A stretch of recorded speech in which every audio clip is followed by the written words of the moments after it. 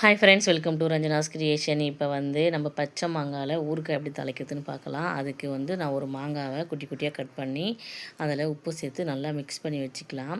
இது கொஞ்சம் நேரம் ஊறட்டும். அதுக்குள்ளே நம்ம ஊறுகாய் தாளிக்கிறதுக்கான பொருளை ரெடி பண்ணலாம். ஒரு வாணலி வச்சுக்கோங்க. ஒரு ஸ்பூன் அளவுக்கு வெந்தயம், ஒரு ஸ்பூன் அளவுக்கு கடுகு, இதை போட்டு நல்லா பொரியட்டோன்னு வறுத்துக்குங்க. இதை ஒரு பிளேட்டுக்கு மாற்றி இதை மிக்சியில் அரைச்சிக்கலாம். இப்போ ஊறுகாய் தாளிக்கிறதுக்கு நல்லெண்ணெய் எடுத்துக்கலாம். நல்லெண்ணெய் எடுத்து நல்லெண்ணெய் ஊற்றி காஞ்சதும் கடுகு போட்டு கூடவே பெருங்காயமும் கொஞ்சம் போட்டுக்கலாம்.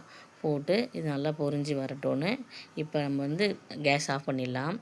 ஆஃப் பண்ணிவிட்டு ஒரு ஸ்பூன் அளவுக்கு மிளகாய்த்தூள், அந்த அரைச்சி வச்ச பொடி ஒரு அரை ஸ்பூன் போட்டுக்கலாம். போட்டு நல்லா மிக்ஸ் பண்ணிக்கலாம். இது ஏன் கேஸ் ஆஃப் பண்ணிவிட்டு பண்ணணுன்றனா, இல்லைன்னா மிளகாத்தூளோட கலர் மாறி ஒரு மாதிரி கருப்பாயிடும். அதனால தான். இப்போ இந்த மாங்காவை மிக்ஸ் பண்ணி நல்லா மிக்ஸ் பண்ணுங்கள். போட்டு இப்போ பாருங்கள், சுவையான பச்சை மாங்காய் ஊறுகாய் ரெடி ஆகிடுச்சு. இது ரொம்ப ஈஸியான ரெசிபி தான். நீங்களும் கண்டிப்பாக உங்கள் வீட்டில் ட்ரை பண்ணுங்கள். ட்ரை பண்ணிவிட்டு ரஞ்சனாஸ் கிரியேஷனுக்கு லைக் பண்ணுங்கள், ஷேர் பண்ணுங்கள், கமெண்ட் பண்ணுங்கள். மறக்காமல் பெல் ஐக்கானை கிளிக் பண்ணுங்கள்.